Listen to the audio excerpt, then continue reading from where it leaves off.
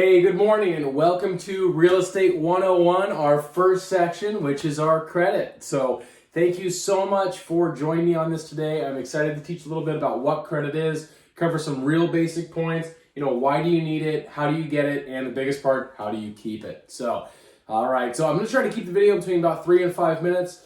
Please let me know any questions in the comment section. Happy to answer, or feel free to reach out directly to me, and I am happy to help with any of your questions. So, all right, let's start with credit. So what is credit? So essentially, credit is just the ability to borrow money for goods or services promised that you're going to pay back in the future. So let's say if you're a kid and you want to buy a bicycle, right? And you go to the store, but you don't have, the bike costs $200 and you only have $30. What you could do with credit, if they would allow you to get credit on the bicycle, is you could give them $30. They would carry a loan, which is what the other $170 is going to be. So basically that $170 would be a loan to you on the bicycle, and then you would slowly pay that back, but they would give you the bicycle as soon as you give them the $30. So if you had credit, that would basically just be the history of transactions the history of when you've done that before in your life. They give you a rating on how good you are at paying back things like the bicycle. So the more things that you pay back over time and the longer you pay them back for on time, the better credit you're going to have. So basically credit, then let's say you decide that you want to go buy a swimming pool, which is more expensive than a bicycle.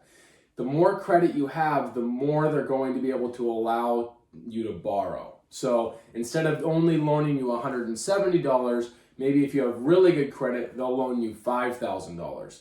So as you go through your life and over time, credit will begin to build up. So it's important that you make your payments on time. It's important that you continue to use credit. And that's a big misconception that I had, at least when I was a child, was that, why do I need credit? And I had a big thought about if I had cash under my bed, well, I'm being responsible because I'm not going and using a bunch of credit.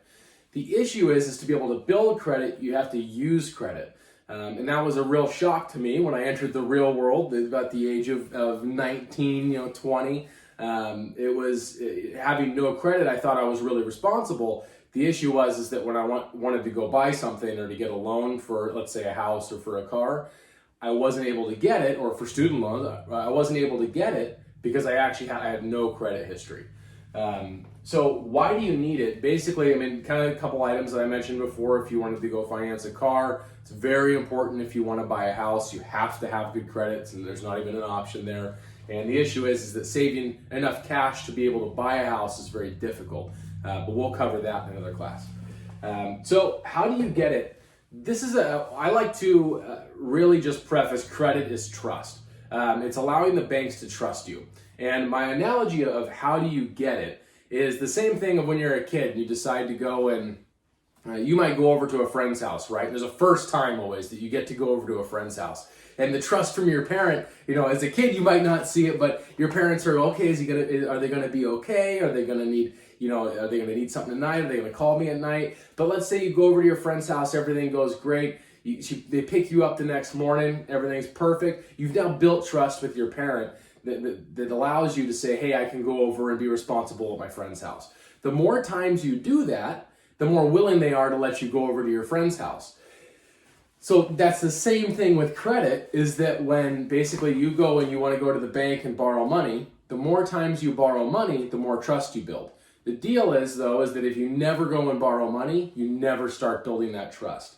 And that's the issue when we get to how do I keep it? So same thing like when you're going to your parent, or you're going over to a friend's house to stay the night. That one time when you go to your friend's house and stay the night and you end up, your parents call and you're not there, now you broke your trust. And basically you're going to have to work on rebuilding that trust. And it only takes one time for that trust to really be broken. So it's the same thing with credit on how do you keep it. The deal is that you have to make your payments on time, which is why I highly recommend when you're in this, we'll cover this in the next class, is that when you're doing your credit, use things that are very simple to pay off, like gas. Basically, your cell phone bill, things that you're going to have to pay no matter what, and they're very manageable. We're going to get into some very specifics about what amount of credit to open up, where to start, and how to manage that over your first few years. But this should give you a good idea.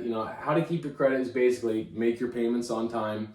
There are repayment plans, things like that, but personally, to minimize your risk, I just wouldn't even go down that route. If you can't pay for it, I wouldn't buy it. Or you can't make the monthly payments or have some type of income that you're going to be able to do that. I wouldn't make the purchase. But credit is a really valuable tool. It can definitely help you in a lot of areas of life. It's a huge position of being able to basically make your money worth more money. But you have to be responsible with it, and it's a very you can get in trouble very quickly. But with doing the right steps and being educated about it, it's a fantastic tool. So I hope you learned something today about credit. Please let me know any questions, and I hope you guys have a great week. I will see you at Friday's class.